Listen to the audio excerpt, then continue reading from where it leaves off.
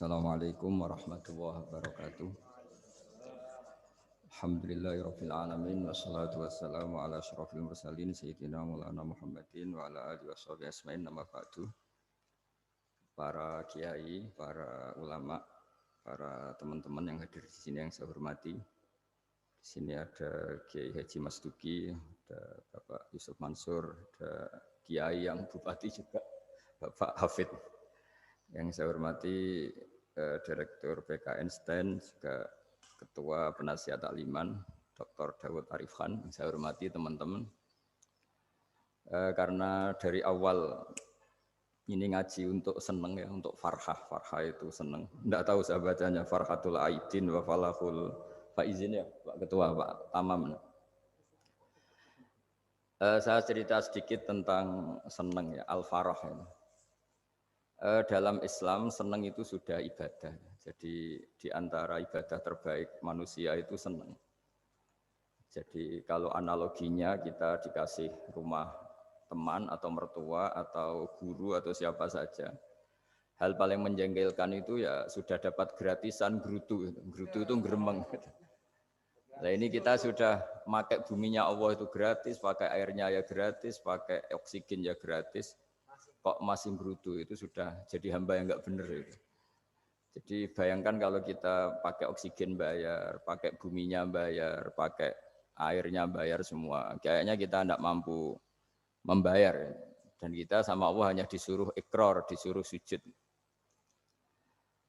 Pentingnya ilmu satu bahwa itu akan menjadikan satu perilaku. Misalnya begini ya, dulu itu kiai-kiai Jawa zaman dulu itu berpatokan karena dulu pemerintahan Hindia Belanda, seorang lagi masih pemerintahan Hindia Belanda. Itu dalil yang sering diutarakan itu sebaik-baiknya umara itu yang datang ke ulama, terus sejelek-jeleknya ulama itu yang datang ke umara. Tapi semenjak pemerintahan Indonesia dan kemudian ditandai beberapa tokoh kayak Gus Wahid putra Ki Hasyim jadi Menteri Agama, ada Gus Wahid putra Ki Wahab juga jadi Menteri Agama, ada Ki Fatur Rahman keluarga Mbah Maimun, keluarga Sarang juga pernah jadi Menteri Agama. Kemudian bersamaan dengan itu dibangunlah satu pegangan ilmu. Pegangan ilmu ini penting karena ini yang mengilhami semua orang Islam, terutama ya utamanya ulamanya. Ada seorang ustadz, seorang guru ngaji yang karena melihat rata-rata penguasa itu zalim ya, datang ke Harun ar-Rasyid. Ini perlu disemak, datang ke Khalifatullah atau Amirul Mukminin Harun ar-Rasyid. Karena beliau seorang raja tentu terduga lah atau ya umumnya atau gimana lah istilahnya itu ya rata-rata ya agak seenaknya namanya raja, namanya penguasa. Ini dalam pikiran Ustadz itu tidak mesti dalam fakta. Kemudian si Ustadz itu matur ya Amirul Mukminin inni nasihun lak famusyaddidun alaika fala tajidanna fi nafsika syai'an. Saya ini mau nasihati Anda, kemudian saya cara nasihati itu keras. Tolong jangan dimasukkan hati. Dia bilang famusyaddidun alaika. Saya nanti kalau nasihati itu keras sekali. Tolong dimaklumi karena ini penting karena Anda harus dinasihati secara keras. Tapi sebelum nasihat itu diutarakan kata Harun ar-Rasyid karena beliau Bani Abbas dan beliau orang alim termasuk muridnya Imam Malik. Kata Harun ar-Rasyid, uskut, kamu diam Ustaz. Inna Allaha ta'ala arsala man huwa khairun minka ila man huwa syarrun minni. Wa ma'adzalika yaqulu Allahu ta'ala faqula lahu qawlan layyinan la'allahu yatadzakkaru aw yakhsha. Jadi ini sekaligus etika dan norma ya bagi semua dai di Indonesia dan semua kita. Wahai Ustadz kamu diam. Allah Ta'ala itu ngutus orang yang lebih baik ketimbang kamu, yaitu Nabi Musa, ke orang yang lebih jelek ketimbang saya, yaitu ke Fir'aun. Itu saja harus pakai etika faqula lahu qawlan layyinan. Kamu harus ngomong yang halus. Jadi intinya ini Harun ar-Rasyid komplain. Kamu itu kalau jadi ustadz ngaji kira-kira gitu. Jadi betapa baiknya orang dulu memahami Quran. Jadi Quran itu dibaca, kemudian kita mungkin baca terus jadi cerita. Mungkin ada yang baca jadi perilaku, ada yang baca kemudian itu mengilhami, membentuk. Nah kira-kira itulah yang membentuk kiai-kiai alim di NU, di beberapa pesantren maupun orang-orang alim di luar NU. Asal apa ya ngajinya dan bacanya seperti kita, pasti seperti itu. Karena cara berpikir tadi. Sudah, jadi akhirnya si Ustadz tadi keluar dan minta maaf, anta a'lamu minni, ternyata engkau lebih alim ketimbang saya. Jadi kalimat famusyaddidun alika, saya akan keras cara memberi nasihat, itu yang diket, yang dipotong, yang dibatalkan atau yang diralat oleh Khalifatul Harun ar-Rasyid. Yaitu dikatakan inna wa ta'ala arsala man huwa khairun minka ila man huwa syarrun minni.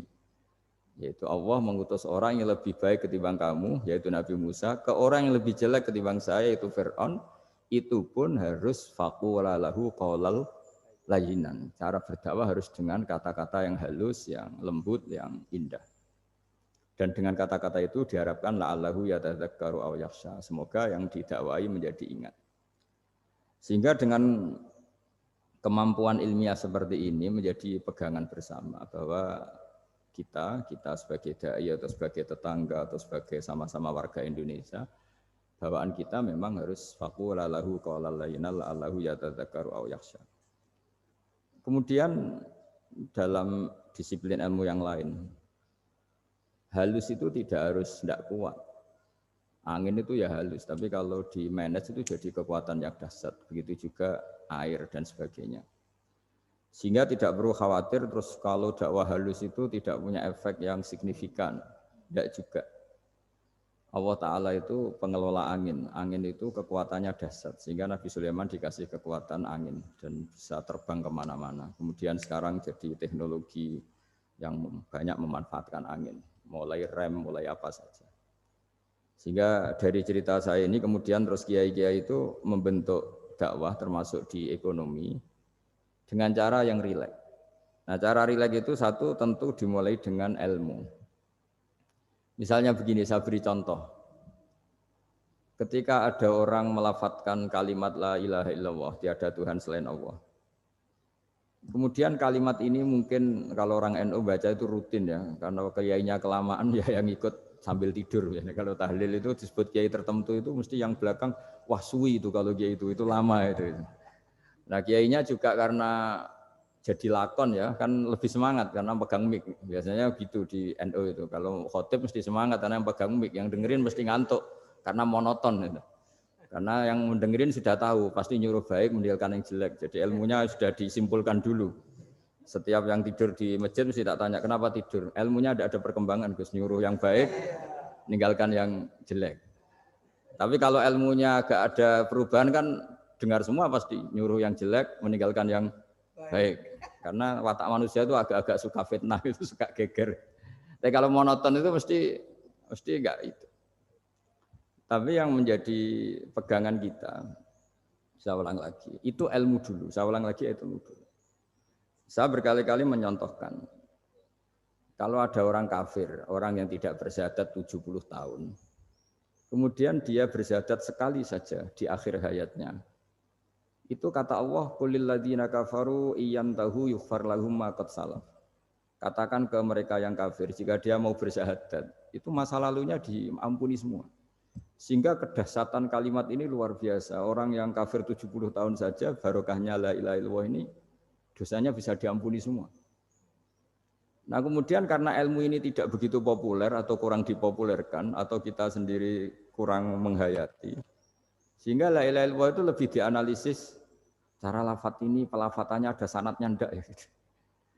Terus cara melafatkan bareng-bareng seperti itu ada tumpengan ini bid'ah enggak ya. Jadi pertanyaannya sudah tidak tentang keramatnya atau sakralnya atau fadilahnya la ilaha illallah, tapi sudah macam-macam. Jadi dan cara seperti ini ada hadisnya enggak, legal enggak, terus ada sanadnya enggak. Jadi saya mohon semohon-mohonnya untuk teman-teman yang di Al-Iman itu harus ngaji ya. Ngaji itu nanti kamu tahu cara mandang sebuah ibadah atau perilaku atau apa sajalah tahu. Karena al-ilmu yurisul ahwal, ilmu itu bisa mengilhami cara pandang. Dulu yaitu saya ulang lagi, ketika zaman Hindia Belanda, karena pemerintahnya Hindia Belanda itu ulama-ulama keras sekali, sejelek-jeleknya ulama itu yang datang ke Umaro. Tapi setelah era Mbah Hashim, era sampai Mbah Maimun, itu mereka peduli sama Umaro, semuanya sama-sama warga Indonesia yang ingin melihat Indonesia yang lebih baik. Sehingga banyak, ya kakak saya sendiri pernah wakil bupati, terus putra Mbah Maimun wakil gubernur. Ini teman saya Ki Hafid ya bupati. Semenjak itu terus, dan itu nggak lepas dari cara pandang. Yaitu cara pandang diantaranya adalah cerita tentang Nabi Musa yang Allah tetap peduli sama Fir'aun. Sehingga tetap didakwai Nabi siapa? Musa. Dan posisi Musa datang, bukan memanggil. Ya, cuma kayak sampai sekarang tuh belum pernah ke kantor bupatinya Pak Hafid. Karena kadang-kadang orang terus curiga mengajukan proposal, jadi agak repot. Ketemu bupati itu sialnya kiai kan mesti pikirannya orang bupati ini nyangoni, kiai ini disangoni itu. Itu terus kayak kita fakir miskin itu. Jadi makanya saya itu belum pernah datang. Tapi alhamdulillah karena beliau berambisi menjadi wa khairul umara mayatuna babal ulama. Jadi datang tapi sangat ambisius ingin mengalahkan ulama karena dia kalau datang statusnya lebih tinggi. Ya tidak apa-apa, ini tawaduk tapi niatnya agak begitu tawaduk. Jadi datang. Makanya saya kemarin Yusuf Mansur pas datang, Pak Ustadz Yusuf Mansur saya datang harus sekali saja. Kalau kedua kali ribet. Karena kalau beliau datang, dia punya status tawaduk. Lama-lama yang didatangi jadi takabur. Saya jadi yang ahli neraka, dia ahli surga. Saya akan rugi dong. Artinya rugi, gue kehilangan teh, kehilangan kopi, beliau berstatus tawaduk, saya berstatus takabur kan repot. Makanya saya berharap jangan datang lagi. Karena jadi repot itu, jadi repot kan. Padahal saya kalau disuruh datang ke Jakarta kayaknya ya berat. Selain sibuk juga takut ganggu saya. Jadi saya sering ke Jakarta tapi ya tadi jarang ya. Biasanya nganggarkan waktu hanya pas saja, tidak kurang tidak lebih. Biasanya ngajar di pondoknya Pak Kures itu di Baitul Quran ya.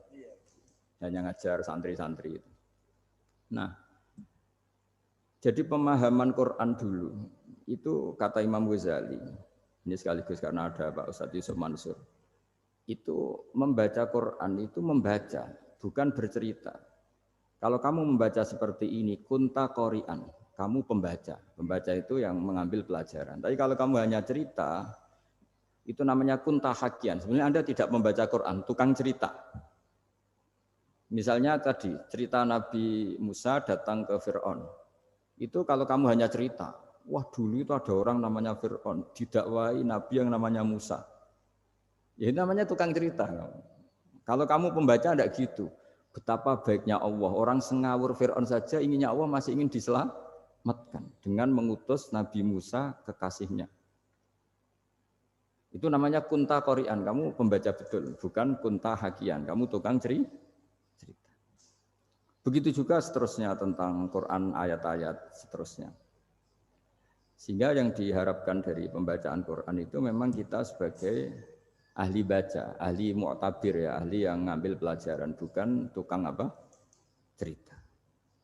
Sehingga dulu ketika Sayyidina Umar radhiyallahu anhu ketika membuka Baitul Maqdis atau Baitul Muqaddas dan diajak syukuran, pesta-pesta makan itu.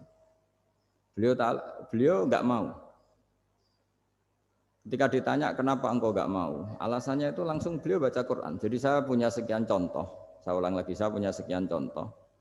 Orang-orang dulu dengan Quran itu menyatu, bukan sekedar dihafal tapi menyatu.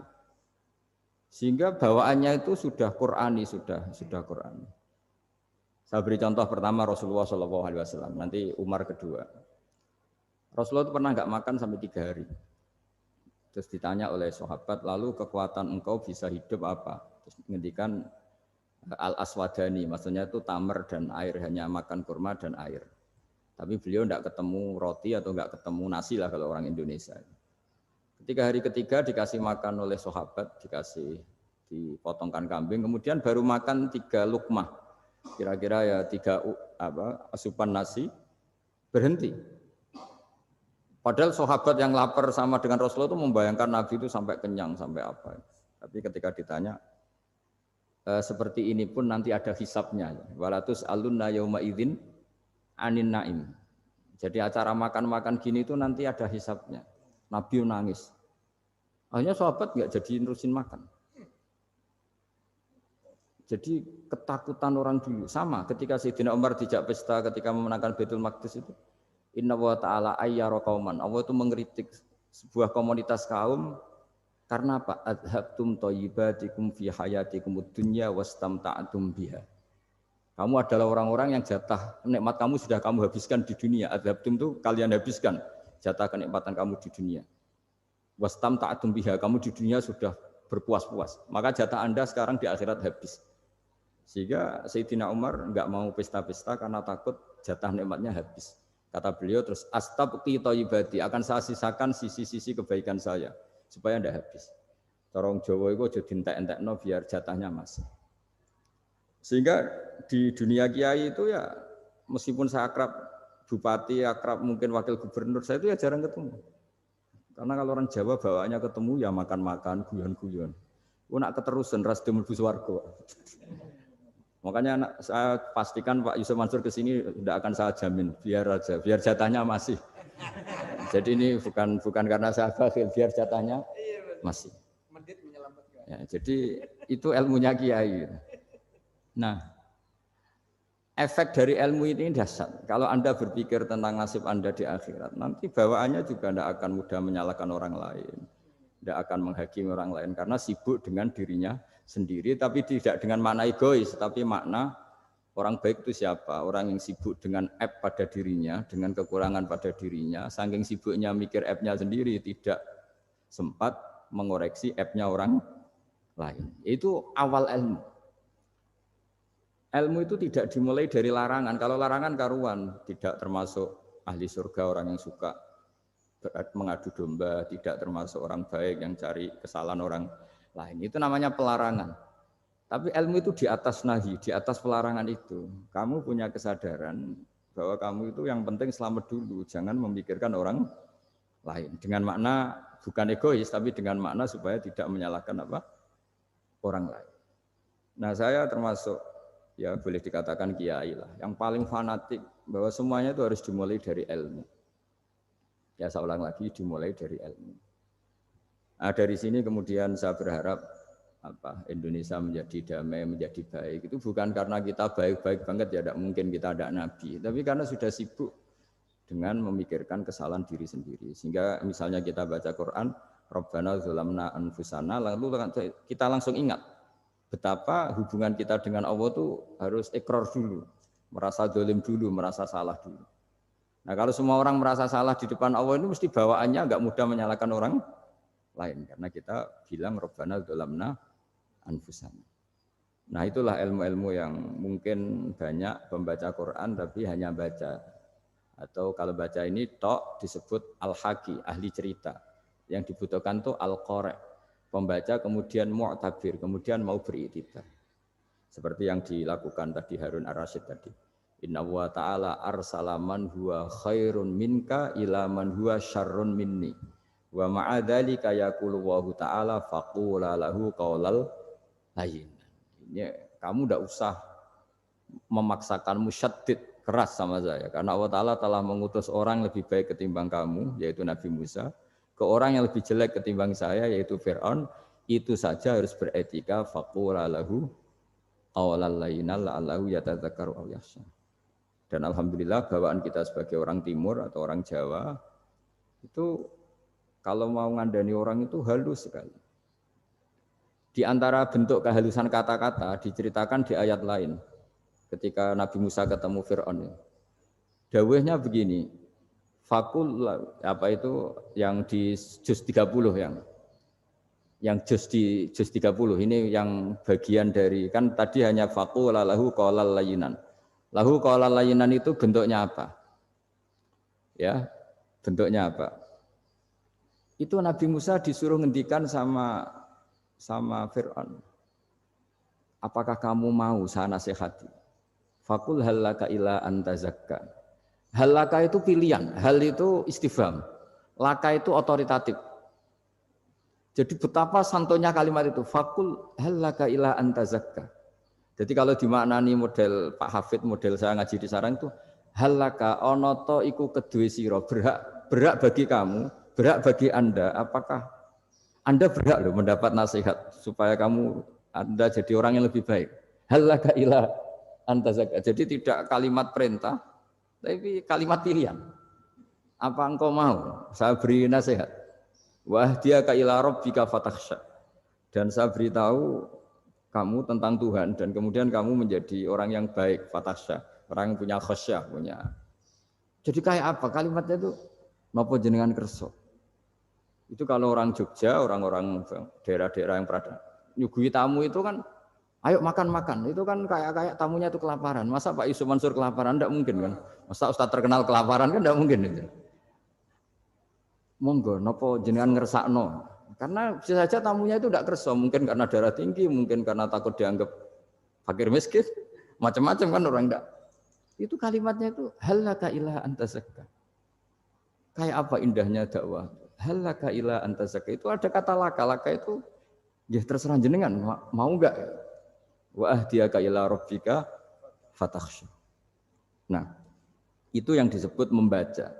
Kunta qari'an la hakian. Anda benar-benar membaca Quran bukan sekadar pencerita.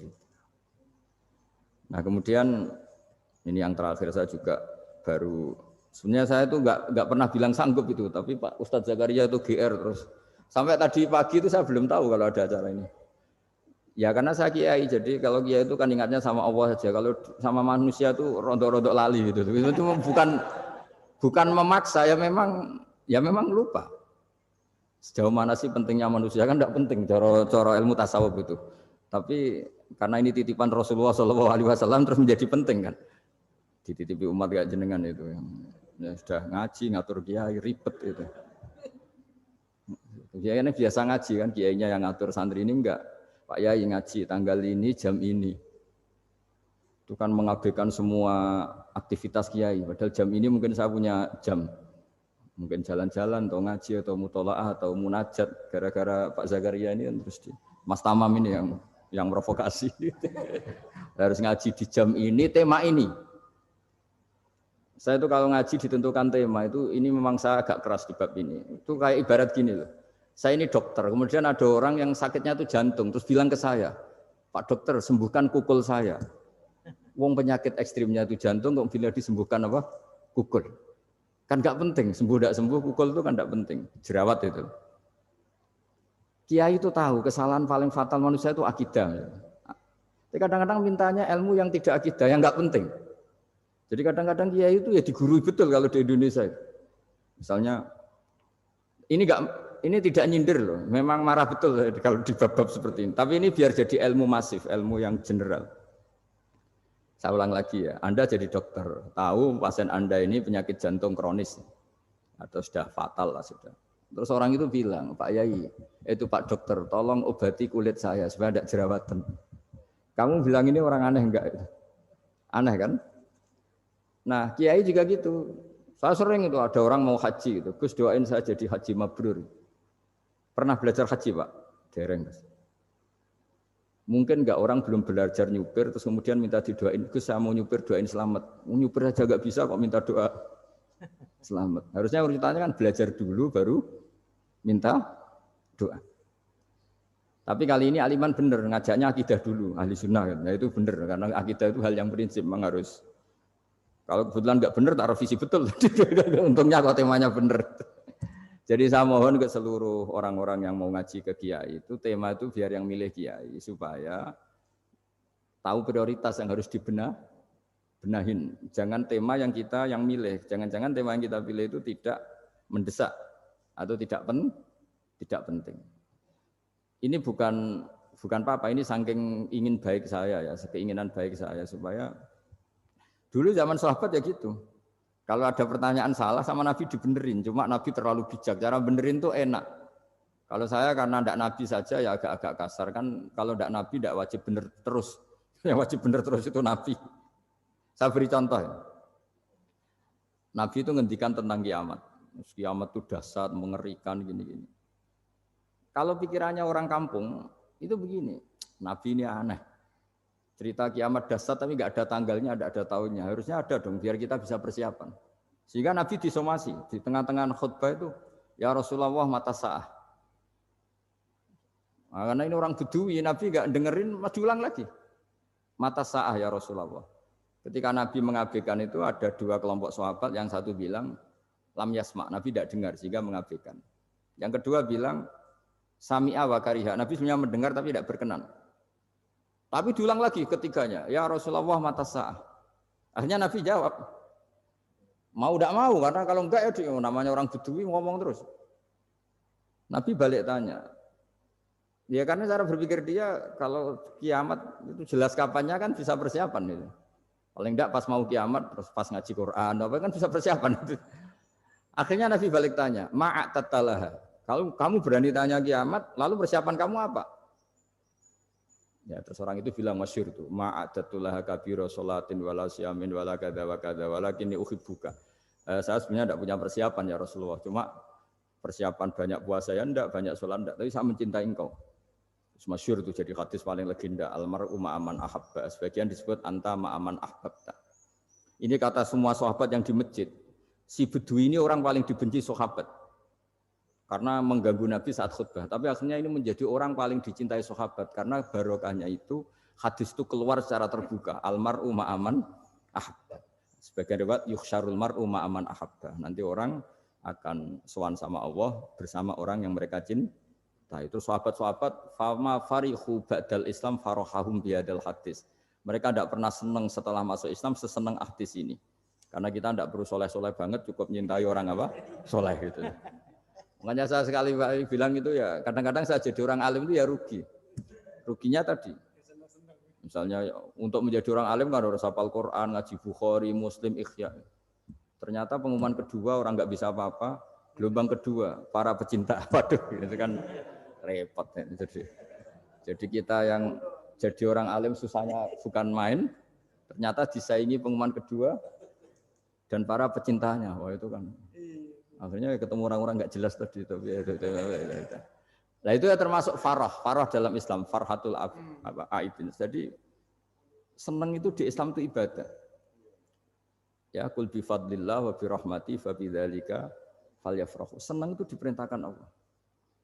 Saya itu sering di kamar, kadang itu nyun sewu kayak gatelan itu, apa itu. Ya agak kukur-kukur terus merengut saja malu. Malu saya itu dilihat Allah kok kayak agak ridho itu malu. Ya kayak tadi lah, kamu dikasih rumah gratis, kemudian pas yang ngasih datang kamu kelihatan cemberut, itu yang ngasih kan mangkel. Jadi dikasih gratis masih cemberut. Sama hubungan kita dengan Allah itu semuanya dikasih gratis. Makanya tabassum, senyum itu ibadah. Kita yang nekuni ilmu hadis. Betapa hebatnya Nabi ngendikan, kalau kamu tidak bisa ibadah yang berat-berat, cukup ibadah senyum. Kadang ngendikan tol qati wajhin, kamu cukup berwajah yang indah, yang menyenangkan. Tabassum, senyum. Kalau kamu tidak bisa membalas jasanya orang yang ngasih, minimal kamu senyum, lihat minimal kamu kelihatan senang. Gitu. Makanya senang itu sudah ibadah. Dan sekarang orang untuk senang aja susah. Karena bawaannya nuntut orang lain supaya kayak keinginan dia, bawaannya nuntut, ya ribet. Kalau gitu ya ribet. Makanya saya bilang al ilmu yurisul ahwal. Ilmu itu diperkuat. Nanti yurisul ahwal, ilmu itu akan membentuk Anda. Dulu beberapa raja itu ya mau luhur karena jadi raja, punya apa saja. Tapi punya penasihat ulama itu ya nasihat itu sederhana. Ada seorang raja tanya ke kiai, gimana dengan semua kerajaan saya? Wah, padahal dia punya apa saja. Jenengan miskin sekali, itu kerajaan seluas ini. Kok bisa aja? Terus ditanya sama si ulama tadi. Andaikan Anda di padang pasir, kemudian kalau tidak minum segelas air itu mati. Apakah Anda akan membeli segelas air ini dengan semua kerajaan Anda? Oh iya, pasti apapun saya lakukan untuk mendapat satu gelas air. Terus la tafrah bimulkin la yusawi syarbatamain. Kamu jangan bangga dengan kerajaan yang nilainya itu enggak sebanding dengan segelas apa? Air. Akhirnya raja itu mikir, saya tidak jadi raja bisa hidup. Tapi kalau enggak minum air mati. Berarti penting satu gelas air. Akhirnya lama-kelamaan ini anggap kerajaan itu biasa, ternyata enggak sepenting segelas air. Ya seperti kita lah, misalnya orang enggak punya alpat itu enggak malu. Tapi kalau enggak punya celana itu malu. Kamu mau punya alpat tapi enggak punya celana? Kan enggak mau. Yaitu ilmu. Ilmu itu yurisul akhwal. Ilmu akan melahirkan satu perilaku. Jadi kalau ilmu Anda mantap, pasti syukurnya juga mantap. Gitu. Ya, makanya saya termasuk kiai yang selalu mendorong pentingnya ilmu. Bahkan kata Sufyan Ats-Tsauri ngendikan saking pentingnya ilmu ada kata fa'lam annahu la ilaha illallah, dimulai kata fa'lam. Dan saking pentingnya ilmu itu setiap nabi itu status permanennya itu hanya satu, mengajar. Rabbana wab'ats fihim rasulam minhum yatlu 'alaihim ayatik, membacakan ayat-ayat Allah sampai wa yu'allimuhumul kitab, mengajarkan kitab wal hikmah. Bahkan Allah sendiri wasofa dzatahul aliyah bi annahu al-muallim.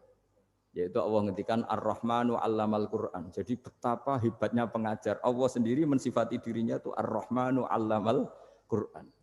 Allah itu Maha Rahman yang mengajarkan Quran. Di surat Iqra juga disebutkan Iqra wa rabbukal akram alladzi 'allama bil qalam. Jadi Allah mensifati dirinya sebagai pengajar. Kayak apa pentingnya mengajar? Karena al-ilmu yurisul ahwal. Ilmu ini melahirkan satu sikap. Pernah ada orang hartanya itu habis karena ngobati ibunya. Terus datang ke saya, dia sumpek karena hartanya habis ngobati ibunya. Terus dia bilang, Gus, saya ini sekarang sudah miskin karena ibu saya sakit dan harta saya habis untuk ngobati ibu saya. Terus tak guyoni sama saya. Kon kepen pinter apa kepen goblok? Kepen pinter Gus. Ingin pinter apa ingin goblok? Katanya ingin pinter. Kalau ingin pinter bahasanya jangan gitu. Harta kamu itu masih di akhirat karena habis untuk ngobati ibu. Bayangkan kalau habis untuk maksiat itu habis betul. Terus dia mulai syukur. Alhamdulillah Gus. Harta saya habis secara heroik karena untuk mengobati apa ibu. Sudah pinter dia. Akhirnya miskin sampai sekarang ya tetap pede saja karena masih punya tabungan di akhirat. Dan itu saya terinspirasi oleh ilmu juga. Jadi dulu Sayyidah Aisyah itu pernah nyimpan sepotong daging kambing. Disimpan untuk dimakan beliau. Karena beliau mau iftar ya, mau buka atau apa. Singkat cerita, karena bawaan keluarga Nabi itu sakhok, ada orang minta dikasihkan. Suatu saat akhirnya kan habis, terus Nabi tanya, yang daging tadi di mana? Habis. Terus Nabi cara menjelaskan itu indah sekali. Harta kamu itu baju yang kamu pakai, nanti ya rusak. Yang kamu makan, nanti ya ke WC. Wa tasaddaqta fa abqaita. Memang di semua riwayat itu pakai dhamir mukhatab mudzakkar. Meskipun asal-usul riwayat itu untuk Sayyidah Aisyah. Karena untuk umum. Yang kamu sedekahkan tuh yang masih. Kamu jangan bilang kamu sedekahkan tuh yang habis. Yang kamu sedekahkan tuh yang masih. Misalnya saya punya uang 1 miliar misalnya. Terus pernah tak sedekahkan ke fakir miskin atau ke kiai atau ke pondok 100 juta. Itu yang mesti masih. Karena kadung di luar kekuasaan kita. Kadung lillahi ta'ala. Justru yang masih itu yang potensi nanti untuk hal-hal yang kurang positif. Semenjak itu orang sedekah itu begitu entengnya karena itu yang masih. Ya tapi tentu sarannya yang tepat ya. Saya sekarang sering kampanye sedekah tepat. Karena misalnya sering saya itu didatangi orang kaya. Gus, saya ini punya uang banyak, ingin punya masjid biar dipakai orang Jumatan. Terus saya bilang, kamu ingin jadi orang baik betul apa baik versi Anda? Baik betul Gus. Tak ajarin mau, gak tersinggung. Mau Gus. Kalau Anda bikin masjid di kampung Anda, masjid terbaik di dunia sekalipun, yang bingung saya ahli fikih. Kok bisa? Kan terjadi 2 Jumatan, nanti sahnya yang mana? Kamu enak aja bikin masjid, kamu bikin masalah baru bagi kiai fikih di daerah kamu. Belum nanti orang terus migrasi ke masjid Anda karena lebih baik, koriknya lebih baik. Kamu membunuh masjid yang lebih tua, itu enggak sopan sekali, masjid itu sudah lebih tua kamu. Akhirnya mikir, enggak usah Gus kalau gitu, sedekah apa saja, yang penting perintah jenengan gimana. Ya sudah. Jadi sedekah itu juga harus dibina supaya kalau orang kan bisa saja kan uang 100 juta itu untuk fakir miskin manfaat, ternyata untuk masjid yang sifatnya aksesoris, untuk lampu yang kristal yang mahal-mahal bukan yang pokok. Itu pentingnya ngaji ya. Jadi lagi-lagi al-ilmu yurisul ahwal. Ilmu itu melahirkan satu sikap. Jadi ketika ada masjid baru, kalau orang nggak bisa ngaji fikih, wow ada masjid baru, masjid banyak. Tapi kalau yang ngaji fikih ngerti ini malah ada masalah baru karena ada ta'dudul Jum'atan. Gimana hukumnya 2 Jum'atan dalam kondisi yang tidak mendesak. Makanya sekarang saya baru kampanye itu. Dulu itu kalau ada masjid banyak itu kan faktornya beda ormas. Beda pemahaman atau agak jauh, masih hukum sosial atau bawaan kondisi. Misalnya di dekat UGM itu ada masjid kampung pertama, bawaan masjid karena ada kantor besar, atau bawaan ada pabrik besar, atau ada sekolahan besar. Tapi sekarang itu ada pertanyaan baru, ada masjid baru karena ada orang kaya ingin bikin masjid. Itu gimana itu hukum? Nah, tapi kalau orang tidak nekuni fikih itu ya langsung wah bagus untuk bangun masjid. Bagus piye kene sing kangelan memfikihkan tadi. Nah itu ilmu. Jadi kalau yang tidak nekuni fikih itu ya tidak tersiksa, tapi yang nekuni fikih itu pasti tersiksa karena seperti itu tadi. Ya jadi saya mohon di antara cara kita dakwah secara damai itu dimulai dari Rabbana Zolamna Anfusana. Itu dipakai Nabi, di redaksinya diganti dengan makna supaya kita per individu matur Allah apa ini zulam tu nafsi zulman kabiron katsiran. Nah bawaannya orang mengaku zalim, mengaku salah itu kan sudah tidak sempat mikir salahnya orang apa lain. Dan dari sini kemudian dia jadi orang yang tawadhu, yang ubudiyah, yang macam-macam. Sehingga Nabi itu bukan dianggap ya, pasti penjelas terbaik. Terus Allah meredaksikan wa ma tuqaddimu li anfusikum min khairin tajiduhu indallah. Apa saja kebaikan yang kamu sudah berikan untuk Allah sampai akhirat itu ya pasti kamu temukan di akhirat. Terus yang terakhir saya beri contoh orang peminta-minta sa'il. Itu Sayyid Ali Zainal Abidin kalau ada orang minta-minta terus dikasih. Misalnya dikasih ya 100.000 atau 50.000 atau 10.000 sesuai kemampuan yang memberi. Itu marhaban biman hamala zadi ilal akhirah. Saya terima kasih ya, gara-gara kamu minta uang saya jelas sudah sampai akhirat. Coba kalau di rumah bisa saja untuk hal yang tidak positif. Jadi bawaannya itu cara pandang itu rubah. Jadi sebenarnya kalau kita ngasih uang di masjid, ngasih kiai atau ngasih fakir miskin, ya uang itu yang masih bukan yang habis. Yaitu watasodak kata fa'abqaita, yang kamu berikan itu hakikatnya yang masih. Karena sudah ada kamu otak-atik lagi, makanya disebut wakaf. Sebenarnya wakaf itu dulu secara makna lughat, saya ulangi secara lughat. Maknanya itu sudah berhenti, wakafun maknanya berhenti. Nah sedekah itu dari kata sedekah maknanya benar. Orang yang sering sedekah berarti imannya benar. Orang yang uang sudah diberikan berarti dia sudah terputus, wakaf berhenti dari hubungannya dengan dia. Sudah dikasihkan berarti selesai. Sehingga wakaf dan sedekah itu sebenarnya maknanya saling melengkapi. Kemudian orang-orang fikih karena ada disiplin ilmu tertentu, wakaf itu untuk sedekah yang permanen, yang abadi, kemudian sedekah untuk infak. Tapi itu kan hanya istilah-istilah dalam disiplin ilmu. Sebetulnya kalau pakai ilmu yang umum, sedekah ya bisa disebut wakaf, wakaf ya bisa disebut apa? Sedekah. Karena maknanya sedekah itu wakaf. Wakaf itu apa? Qat'u raqabatil malik an hadal mal atau an mali. Hubungan pemilik harta ini terputus dari harta itu. Jadi misalnya saya sudah wakaf tanah ini ke masjid, sudah diterima. Buat saya kepikiran gadekan atau menjual sudah tidak bisa, sudah berhenti di situ saja hubungan saya dengan kepemilikan harta itu. Makanya disebut apa? Wakaf. Dan kalau saya wakaf berarti menunjukkan kebenaran iman saya karena sudah menafkahkan sebagian harta untuk Allah Ta'ala. Disebut sodik, sodak. Makanya bahasa Arab itu gampang ya. Kalau sodalqof, sodaqoh. Orang kalau bayar mahar disebut sodak karena menunjukkan cintanya. Teman yang setia disebut sodik karena ya benar dalam berteman. Abu Bakar disebut as-siddiq karena sangat membenarkan kanjeng Nabi dan seterusnya dan seterusnya. Ya, jadi semoga ayat tadi dan saya mohon maaf karena ya memang saya kalau ngaji ya alami seperti ini, tapi insya Allah barokahnya alami itu menjadi ikhlas, tidak tasonnuk, tidak riak, tidak tebar pesona kalau dalam bahasa itu. Yang jelas saya inginlah bahwa ayat yang saya baca tadi benar-benar jadi pegangan bersama. Faqula lahu qawlan layyina la'allahu yatadzakkaru aw yakhsha. Ya, mohon maaf. Assalamualaikum warahmatullahi wabarakatuh. Waalaikumsalam warahmatullahi wabarakatuh. Alhamdulillahirabbil alamin, telah kita simak bersama mauidhah hasanah dari beliau Bapak Kiai Haji Ahmad Bahauddin Nur Salim. Semoga apa saja ilmu yang kita dapat hari ini dapat menjadi manfaat dan barokah bagi kita semua. Amin ya rabbal alamin. Dengan berharap keberkahan sekalian acara kita hari ini, kami mohon kiranya Ustadz Yusuf Mansur untuk dapat menutup acara kita dengan doa. Kepada Ustadz Yusuf Mansur, falyatafaddal mashkuran. Allahumma shalli ala sayyidina Muhammad. Bismillahirrahmanirrahim. Assalamualaikum warahmatullahi wabarakatuh. Alhamdulillah buat keluarga besar Stan dari keluarga besar Iman ya. Alhamdulillah menjadi sabab saya juga ada di sini. Kiai Daud dan pimpinan Stan dan semua sahabat-sahabat semua, saya kira kita fokus saja dengan yang sudah dijelaskan sama guru kita Gus Baha. Insya Allah mudah-mudahan itu sudah sangat mencukupi. Nanti kalau saya tambahi, luber. Terima kasih. Assalamualaikum warahmatullahi wabarakatuh. Doa ya Pit. Oh sudah. Jangan.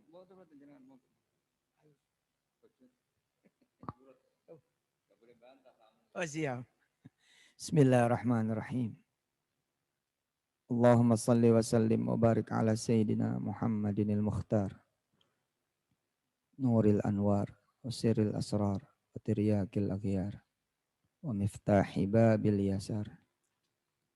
Wa ala alihi al-athhar wa ashabil akhyar, wa ummatihi al-anwar, adada ni'amillahi wa ifdalih. Ya Allah ya Karim, ya Allah ya Karim, ya Rahman ya Rahim. Berkahi guru kami Gus Baha ya Allah. Dan seluruh orang tuanya, guru-gurunya, keluarganya, keluarga besarnya, dan turunan-turunan hingga akhir zaman. Berkahi Kiai Hafid, Kiai Mas Duki, dan kawan-kawan dari Iman, Stan, dan seluruh murid-muridnya beliau ya Allah. Berkahi kami semua umat Nabi-Mu ya Allah. Rabbifir lana warhamna tub alaina. Rabbana atsmim lana nurana waghfir lana innaka ala kulli syai'in qadir. Panjangin umur guru-guru kami ini ya Allah. Sehatin badannya. Jauhi dari bala musibah bencana. Dekatkan dengan dirimu ya Allah selalu. Ampuni selalu, rahmati selalu. Maafin selalu, berkahi selalu, ridhoin selalu. Rabbana atina fid dunya hasanah wa fil akhirati hasanah wa qina adzabannar. Wa adkhilnal jannata ma'al abrari aziz ya ghafar ya rabbal alamin. Wa sallallahu ala nabiyyina Muhammad wa alihi wa ashabi wa ummati walhamdulillahi rabbil alamin. Adada khalqi wa ridha nafsi wa zinata arsy midada kalimati. Assalamualaikum warahmatullahi wabarakatuh.